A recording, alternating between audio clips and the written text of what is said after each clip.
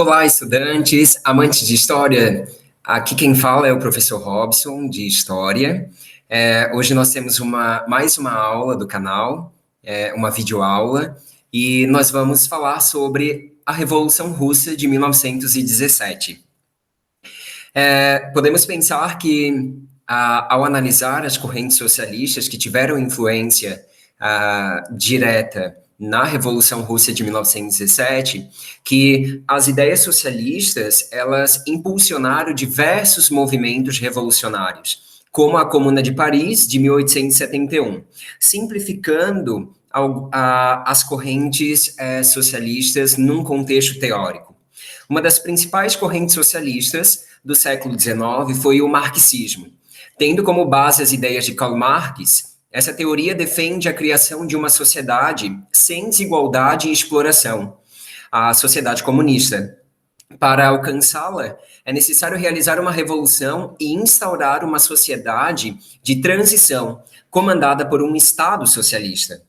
O anarquismo propõe o fim das desigualdades e da opressão, e a eliminação de todas as estruturas de poder, incluindo o Estado. A social-democracia, surgida na Alemanha, defende alcançar o socialismo de forma gradual, sem revolução, por meio de sucessivas reformas no capitalismo. As divergências em relação às estratégias para alcançar uma sociedade mais igualitária, fosse pela via reformista, fosse pela revolucionária, perduraram por todo o século XX. A Internacional Comunista, em 1864, operários europeus de diferentes tendências socialistas criaram uma Associação Internacional dos Trabalhadores, a chamada Primeira Internacional. Alguns anos depois, contudo, ela foi dissolvida em meio às divergências entre as várias correntes participantes. Em 1889, surgiu a Segunda Internacional, que reunia partidos e sindicatos da Europa, dos Estados Unidos e da Argentina. Nos vários congressos da associação, ocorridos em diversas cidades europeias, ganharam destaque as opiniões dos sociais-democratas e dos marxistas, além da expulsão dos anarquistas. Com a eclosão da Primeira Guerra, em 1914, as divergências entre marxistas, que eram contrários à participação no conflito, e sociais-democratas, que apoiavam os interesses de seus estados na guerra, levaram à dissolução da Segunda Internacional. Aqui a gente consegue observar a população da Rússia antes da Revolução. Tínhamos em 1897 mais de 128 milhões de pessoas, 45% da população era da etnia russa, 93,4 milhões viviam na Rússia europeia. Sobre a Rússia czarista, nós temos uma alegoria que mostra a pirâmide, o sistema capitalista, é uma charge criticando o regime czarista na Rússia e justificando a revolução. Então, quem está na base, efetivamente, da pirâmide? A partir de uma certa tradução, nós temos: nós alimentamos vocês. Acima, nós trabalhamos por vocês. Depois, nós comemos por vocês. Nós atiramos em vocês. Nós oramos por vocês. E quem está no topo da pirâmide, nós governamos vocês. A Rússia czarista, ela pode ter algumas características peculiares. O governo dos czares, um governo autocrático, centralizado na figura do czar, sustentado principalmente pela nobreza rural. A sociedade é essencialmente agrícola, 80% da população é de camponeses. A produção era insuficiente para atender a população. Havia pobreza, fome, analfabetismo. 90% dos camponeses, por exemplo, eram analfabetos. Os czares governavam com o apoio da nobreza rural, proprietária de terras. De lá vinham os oficiais do exército e os principais dirigentes da igreja. Vou passar 3 czares que pertenciam à dinastia Romanov. Czar Alexandre II, Implementou importantes reformas, destacando-se a abolição da escravidão. Em 1867, vendeu o Alasca e as Ilhas Aleutas para os Estados Unidos. Foi assassinado pelo grupo revolucionário Vontade do Povo. O czar Alexandre III, 1881 a 1894, reinou durante uma revolução industrial na Rússia, combateu duramente os revolucionários e outros movimentos liberais, morreu de morte natural em novembro de 1894. O Nicolau II, o último czar da Rússia, 1894 a 1917, provocou investimentos industriais concentrados em centros urbanos populosos, operariados com salários miseráveis e jornada de 12 horas diárias de trabalho. Durante seu governo foi criado o Partido Operário Social Democrata, inspirado no marxismo, e a economia russa entrou em derrocada devido à guerra russo-japonesa e à entrada da Rússia na Primeira Guerra Mundial. Sobre o Partido Operário Social Democrata Russo, ele foi fundado em 1898, programa marxista, violentamente perseguido pela polícia do czar. Os membros mais conhecidos, Lenin, Trotsky, que fogem efetivamente da perseguição. Por divergência de ações, o partido se divide em dois grupos, os bolcheviques e os mencheviques. Os mencheviques, minoria, que defendem algumas alianças políticas. Os bolcheviques, a maioria, defendiam a revolução imediata. O principal líder dos bolcheviques, o Lenin. Sobre a guerra dos russos contra os japoneses, que acontece em 1904, o Nicolau II, o czar, ele envolve-se na competição imperialista por mercados na Ásia. Essa guerra é motivada por disputa de território da Coreia e da Manchúria. Os russos são derrotados, perdem territórios, influenciados, endividam-se. A derrota agrava a insatisfação popular, várias revoltas, entre elas as dos tripulantes do encouraçado Potemkin, surgem os primeiros sovietes, os conselhos de operários, as revoltas foram sufocadas, os sovietes foram dissolvidos. Em janeiro de 1905, milhares de pessoas pobres se reuniram em uma manifestação popular pacífica, em frente ao Palácio de Inverno, sede do governo russo. A manifestação foi violentamente reprimida pelas tropas do czar Nicolau II, que perdia sua popularidade. Esse episódio, que resultou em cerca de 1.000 mortos e mais de 2.000 feridos graves, foi chamado de Domingo Sangrento. Era considerado uma pré-revolução de 1917, como um estopim, e desencadeou uma onda de protestos, greves e levantes. Em uma dessas revoltas, os marinheiros assumiram o controle do encouraçado Potemkin, um navio ancorado no Mar Negro.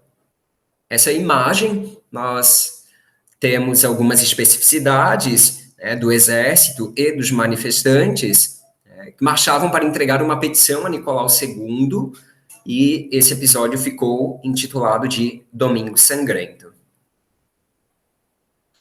Sobre a participação da Rússia na Primeira Guerra Mundial, a Rússia não estava preparada para a guerra. Não havia suprimentos suficientes, alimentos, armas, roupas, para os militares se manterem no conflito. O exército estava mal organizado, os soldados não sabiam a razão de estarem lutando. Em 1915, o czar Nicolau II assumiu pessoalmente o comando das tropas russas. O exército russo perdeu a confiança no czar depois de uma série de derrotas. O czar Nicolau II e seus ministros exerceram uma má liderança e organização. A guerra tornou-se impopular. Desde 1903, os socialistas russos estavam divididos em mencheviques e bolcheviques. Em russo, respectivamente, os mencheviques minoria e a bolcheviques maioria. Ambos lutavam por uma sociedade igualitária, mas pregavam caminhos distintos para atingi-la. Os mencheviques, liderados por Plekhanov e Martov, e mais tarde por Kerensky, pretendiam derrubar o czarismo com uma revolução burguesa, nos moldes da Revolução Francesa de 1789.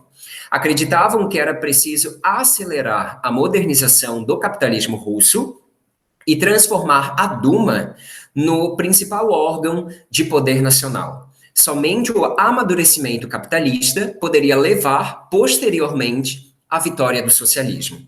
Os bolcheviques, alinhados com o pensamento marxista, defendiam uma revolução socialista imediata, pregavam a união de operários e camponeses contra o czarismo e afirmavam que o poder deveria ser exercido pelos sovietes. Outubro ou fevereiro, sobre a Revolução de 1917. Devido ao total fracasso na Primeira Guerra Mundial, houve um levante espontâneo dos camponeses contra o czar. Protestaram contra a escassez de pão, como greves nas indústrias, paralisação dos bondes e quebra de vitrines, assinando bandeiras vermelhas com os dizeres "Abaixo a guerra". Março de 1917, sem o apoio do exército, o czar foi forçado a abdicar um governo provisório, que foi estabelecido. Lenin acreditava que este governo provisório era fraco e não imporia o comunismo à Rússia. Em outubro de 1917, Lenin lidera um levante armado contra o governo provisório e assume o controle da Rússia para torná-lo um país comunista. Por todas essas perspectivas, através de uma certa objetividade, em março de 1917, então, fevereiro no calendário russo, os mencheviques lideraram, então, o levante. Os populares se rebelaram, receberam o apoio dos soldados. Czar Nicolau II, isolado, abdicou o trono, deixou por si mesmo. O governo provisório foi instalado, o novo governo decidiu manter o país na guerra, mas se desgastou com as sucessivas derrotas militares. O descontentamento popular, antes dirigido ao czar, transferiu-se para os mencheviques. Nesse contexto, os bolcheviques conquistaram a simpatia popular, sobretudo após a divulgação das Teses de Abril, escritas por Lenin. Com o lema Paz, Terra e Pão, o documento defendia a saída da Rússia da guerra, a reforma agrária e a normalização do abastecimento de gêneros de subsistência. Trotsky, por sua vez, organizava um exército dos sovietes para lutar contra o governo, a chamada Guarda Vermelha. Após os conflitos armados, os bolcheviques venceram os mencheviques e assumiram o governo da Rússia, em 7 de novembro de 1917, dia 25 de outubro, no calendário russo. O poder passou a ser exercido pelo Conselho dos Comissários do Povo, liderados por Lenin, que era o presidente, Trotsky, pelos assuntos estrangeiros, e Stalin, assuntos internos. O novo governo estatizou os bancos e as indústrias, acabou com as grandes propriedades rurais, firmou um acordo de paz com a Alemanha, retirando-se da Primeira Guerra Mundial. O Partido Comunista Russo e outros partidos comunistas existentes na Europa fundaram a Terceira Internacional, Comintern, que tinha como objetivo propor uma revolução em todo o mundo. As antigas elites russas, elas não aceitaram a derrota e se levantaram contra os comunistas. Os anos de 1917 a 1921 foram marcados por uma sangrenta guerra civil, envolvendo o exército branco, que era apoiado pelas potências capitalistas europeias, e o exército vermelho dos bolcheviques. Ao final do conflito, a vitória coube aos revolucionários, As perdas, elas foram gigantescas, foram grandes para os dois lados. Mais de 8 milhões de pessoas morreram por causa dos confrontos, das epidemias e das dificuldades econômicas. Alguns fatores que ajudaram Lenin a impor o controle comunista na Rússia, de 1917 a 1924. O centralismo revolucionário, por meio do Partido Bolchevique, com 600 mil membros altamente disciplinados. A manutenção do Tratado de Brest-Litovsk, 1918. Vencer a Guerra Civil, 1918 a 1921, entre Exército Branco e o Exército Vermelho, com seu Exército Vermelho liderado por Trotsky, a execução do czar Nicolau II, em 1918, pelo Exército Vermelho, a adoção do comunismo de guerra, 1918 a 1921, baseado numa economia sob total controle do governo, a proibição de toda a oposição política e unificação dos sindicatos sob o Partido Comunista e a adoção do novo plano econômico. No mapa, conseguimos observar a Rússia antes da Primeira Guerra. Império Russo, 1913, como era durante o reinado de Nicolau II. O Tratado de Brest-Litovsk, 1918, foi um tratado de paz assinado entre o novo governo bolchevique russo e as potências centrais, em 3 de março de 1918, em Brest, na atual Bielorrússia, pelo qual era reconhecida a saída da Rússia no conflito. Nós temos algumas características gerais, territoriais, tá? A zona verde ocupada pelas potências centrais, depois do tratado, a linha verde é mais clara, a fronteira durante o armistício de dezembro de 1917, e a linha verde mais escura, a fronteira depois, especificamente, do tratado.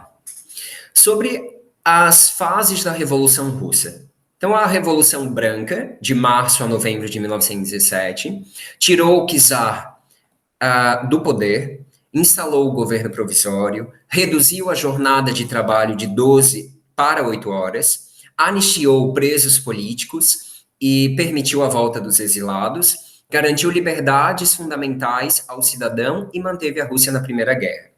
A Revolução Vermelha, novembro de 1917 a 1918, os bolcheviques tomam o poder, 7 de novembro de 1917.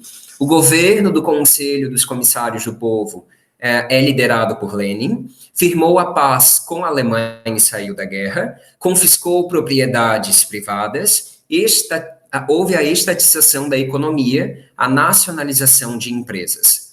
Na Guerra Civil, de 1918 a 1920, as forças políticas monárquicas montam uma contra-revolução, são apoiados por países como Inglaterra, França e Japão.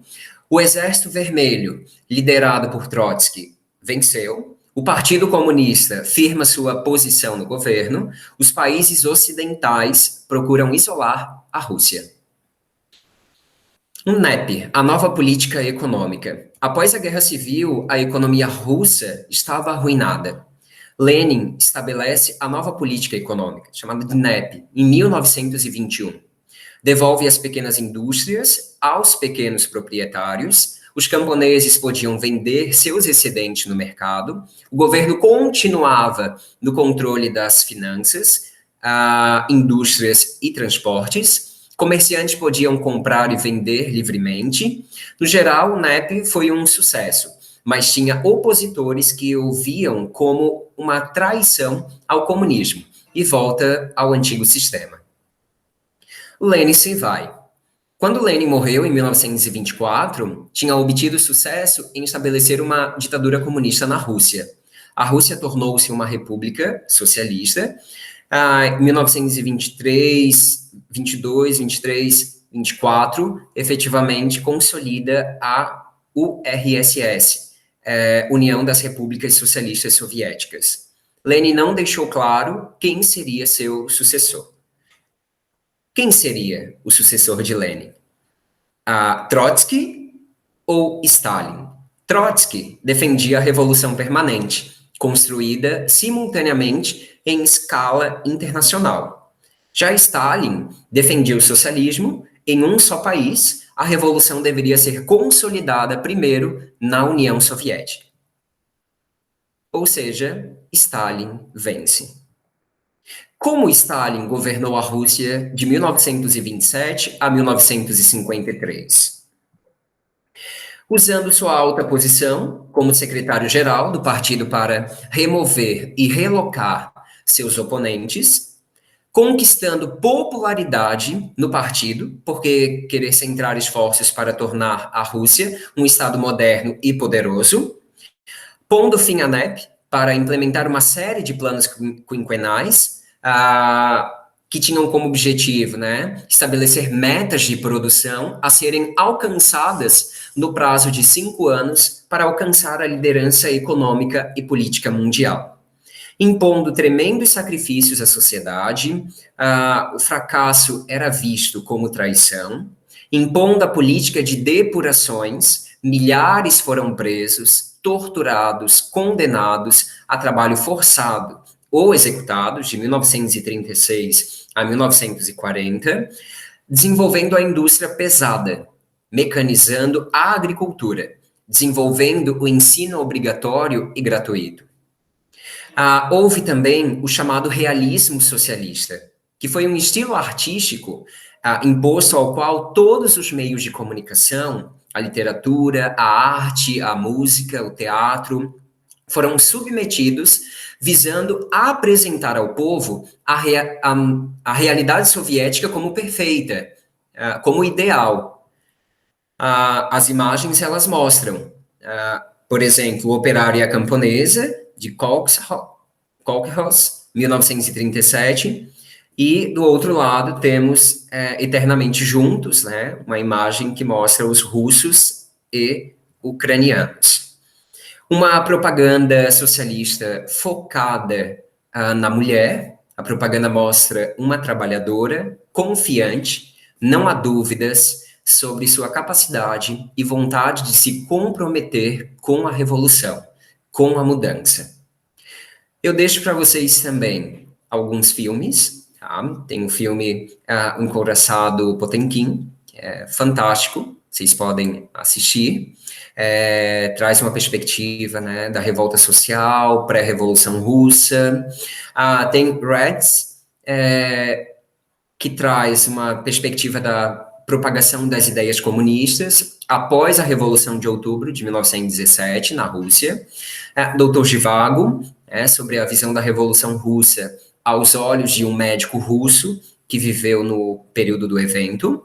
Outubro, um filme com formato de documentário, retrata os primeiros eventos da Revolução Russa. E o Nicholas e Alexandra, sobre os últimos momentos da família Romanov e a revolução que derrubou o czarismo na Rússia. Okay? Deixo também as tabelas de imagens que foram utilizadas especialmente nessa aula. Gente, agradeço vocês estarem aqui acompanhando as aulas. Peço que curtam, comentem, compartilhem com os seus o vídeo, para que a gente possa atingir mais pessoas com conhecimento acerca das temáticas de história. Agradeço, um abraço, até mais.